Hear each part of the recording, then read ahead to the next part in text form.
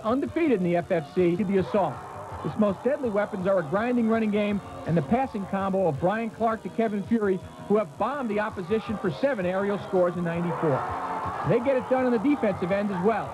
A week ago, the ECAC elected N. Doug, he's got my vote, as its Defensive Player of the Week on the heels of a 16-tackle performance. It was a great compliment to its leading tackler and the guy offensive players have been talking about all season long, Ty, get off my back man. When it's on, foes and allies, with the FFC title on the line, Merchant Marine can't afford to lose the battle of the Secretary's Cup. Will Coast Guard sink their hopes, or will the Mariners bombard the Bears to keep their postseason hopes alive? We'll find out the answer today, right here on Sports Channel. The ECAC Game of the Week is brought to you by the Chevy dealers in New England. Start where more people end up.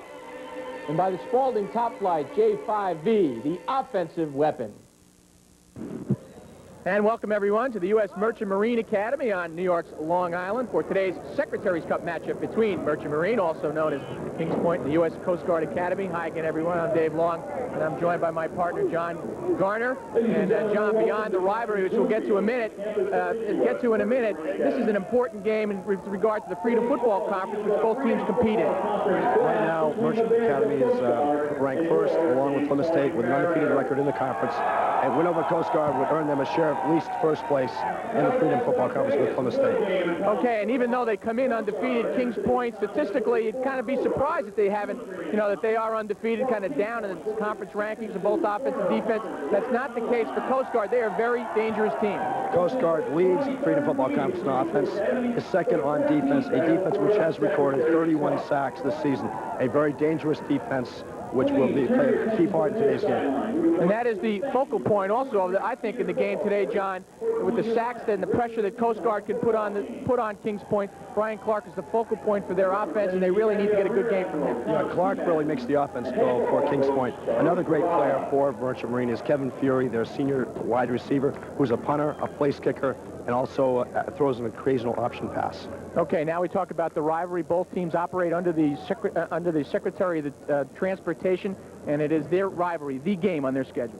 No question about it. Right now, Kings Point leads the series 15-7. A win by Coast Guard will really make their season, give them a winning record this year. A win by Merchant Marine would ensure them a playoff bid either in the NCAA or the ECAC. And, of course, that is the final piece to this puzzle. The bids will go out tomorrow, ECAC or NCAA, and Kings Point has a good shot at one of them. Yeah, big game last night. Kane College and Trenton State tied 14-14. Kane was the number 4 team in the East. Merchant Marine is number 5. A win by over Coast Guard today would probably vault them in the top 4. Either that or give them an ECAC home berth next Saturday. Okay, that's the story for today's game. You have the storyline. We'll have the opening kickoff for you right after these messages. Just because you have a house. Connell is going to kick it off for Merchant Marine. Christian Lee and Jay Smith are deep for the Bears. And it comes to Lee at about the 15. And he's coming to the near side of the field, slips up under a sea of blue shirts, but they really didn't get to him. He tripped up on his own at about the 20. Injury is part of the problem today, John. Sal Capac, the outstanding 3-time Freedom Football Conference, all Freedom Football Conference lineman, is out with an injury, and he can't play. And he's the emotional leader on that front line. No question, and of course, for blocking back in the eye, John Nastasi, number 43. And it is free, and we could have Fury is going to go in. He's over the 10. He is going to take it down on the short hitch pad. He just broke the tackle right on the catch, John. Just took it down the field for the score. There's Fury's athleticism coming through. A nice little pass. That went free through the secondary for a touchdown. And it looks to be the strategy right off the bat. They're going to go with those short hitch patterns, see if they can tighten up the defense. Big cushion on the part of Coast Guard, but here it is again. Just a short pattern right to the right, 2-step drop. There it is. You see the nice swing pass out there. They lose one defender, and there he goes, running to Pater. And he had a man-to-man coverage, and he just slipped the coverage. And once he got by, John, there was no one back there to help. Fury just took it down the sideline. They'll do that a lot today, Fury. He's an outstanding jumper and leaper. His basketball playing ability coming into. Some pretty impressive wins on the season. There's a good shot at Kevin Fury. Coast Guard, probably the biggest win was over Union. No question, David, the Union was second ranked in the East when they beat them. And this is going to be Lee once again, and he's got big hole at the 30-yard line. Then it closes on him, but nonetheless, he takes it up to the 40, and the Bears have outstanding field position off the kickoff. Number 19, defensive back Russ Giambroni with the tackle. Once again, he's in trouble and being chased, but he's got a lot of room on the left side. He's going to get to the first down. No! Terrific job of closing on the play. Holman, and I believe Alex Wheeler just shut that down when it looked like Melnick was going to make the first down, John. So here's that rollout we're talking about. Melnick comes out of the pocket, finds his receivers covered, gets some nice pressure there from number 79 from the Mariners. Like Dan Sell. I'd run if I had him chasing me, too. Playing at the left side here. It appears he's going for the first down markers, but it appears he's just short, about a yard short of the first down. And it was Holman on the big hit as he came up. Wheeler was going to take him down, but Holman drove him back and took him away from that first down. So it is now third and inside of a yard in probably the most important play. Kevin Fury.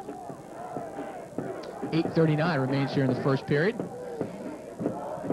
On a beautiful day here in Great Neck, New York. Almost blocked. He gets it away. Simpson looks like he's going to get it at about the 50. Fumble! And he dives on it at about the 12-yard line, 13-yard line, recovers. The Mariners are going to take over there. It was an eventful play, John, near block punt, and the fumble by Simpson, usually pretty sure-handed. There's the fumble. Very lucky for Merchant Marine at number 1. Picked up the ball. Brian Simpson, a good athlete, making a good athletic play there after he had a miscue of the ball. Brian Simpson, also the kick returner, leader in the Freedom Football Conference in that category. Okay, Mariners break to go. Melnick going straight back. He's looking deep downfield to Lee. There's a bump. Going to see a yellow flag. Nobody's going to call anything. Lee wants it, but I think it was sufficiently overthrown, John, where Clark, the quarterback, 3 wideouts to the left in the slot. And Clark nowhere to go. Now he runs around in the pocket, and he has got Volkers with a catch over the 50. He takes it up over the 40 and into Bear territory, out of bounds at about the 32-yard line.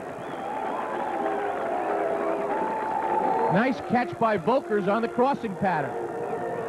Here you see Clark coming on the backfield. It was a nice pass over the middle. One-handed catch by Volker.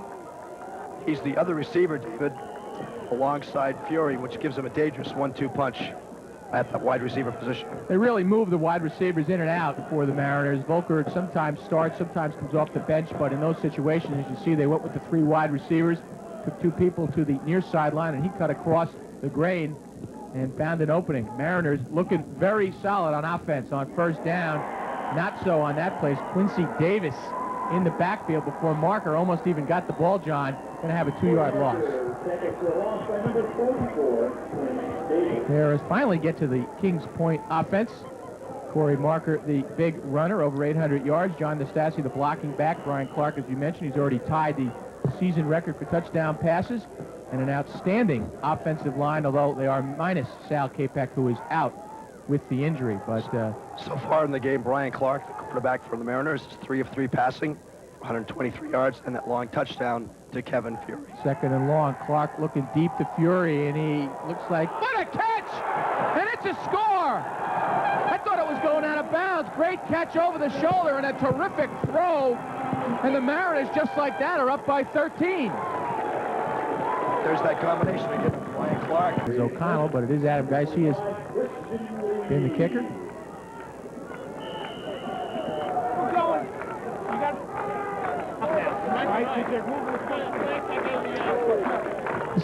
This is not an instant replay. This is a familiar scene here. Third kickoff already. The first quarter. 5 minutes remains in the first quarter. This one's going to come up short, and it's going to be Smith with some room. He's over the 30. And he takes it up once again over the 35-yard line before he is put down by Giambro. Russ Giambro on the tackle, number 19. Nice swing tackle there by Russ Giambro. Just when it looked like there was an opening there, Giambro closed up quickly and made the tackle. To get a score here. I'd like to see the final stats, because I'll bet that Coast Guard has at least as many yards, if not more, than Merchant Marine today. This is to Smith. Picked off by Simpson. And he had the inside position. Great defensive play by the part of Simpson, not just to come away with it, but to play technique and get inside and just not give Melnick anywhere to deliver that ball unless it goes over the shoulder. And if it goes over the shoulder, John, it's out of bounds.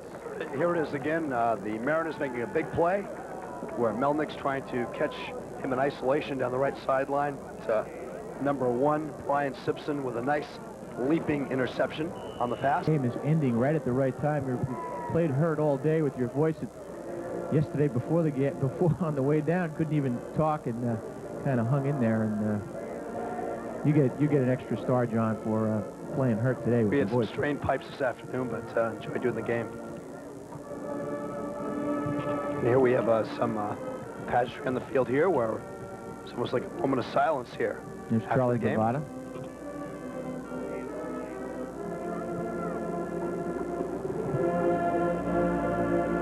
The Merchant Marine Academy Band here playing their theme song. And the entire team here is on the field on both sides. Anthem would be the respect and obvious reference perhaps the team tells you the better word to use. But there it is, and this sellout crowd, or at least the majority of it, goes home happy. And as Merchant Marine did what they had to do today, not only did they make the big plays, but that led to the win that they needed to get. Either they're going to be in the NCAA tournament or they're going to be hosting, I believe, or pretty close to, probably looks like hosting the ECAC championship. I would think with Keene College losing to Brockport by 3 touchdowns last week and tying Trent on Friday night 14-14, that Merchant Marine, with its winning momentum for the season, has to have a decent shot at an NCAA bid. If not, then they would probably host an ECAC championship next week with Stony Brook, another team, you know, that we've met on in the past on the Game of the Week. Sam Kornhauser, the football coach, perhaps getting the other bid, Metro Region ECAC. Ladies and gentlemen, with the Charlie Bravada, there's the cup to head coach Charlie Bravada, Rear Admiral presented. Song and Rear Admiral Thomas T. Madison. Rear Admiral Thomas T. Madison making the presentation to Charlie Bravada. Is that a good sign or what? Very happy coach right there with his players surrounded him. This is what they play for, the biggest game of the year at Merchant Marine. Charlie, talking to us before the ball game, also talking to Ellen, told Ellen that regardless of the bids that are on the line, he would rather have a win today in this game than get a bid to postseason play. And it says something about the rivalry and just what goes into this particular game, the emotion that's involved. I think it's a game that both teams look at the whole season long, and it really makes their season. And if Merchant Marine can get a playoff bid, then that's just frosting on the cake for next Saturday. Now, there's Ellen down the sideline. She's got Coach Charlie Bravada. Congratulations, big win. Thank you very, very much. I tell you what, I've been here 11 years. I haven't seen a defensive effort like that in a long, long time. The defense was absolutely outstanding. Every player, every coach was unbelievable. I'm really happy for these guys. Now, what's your chances?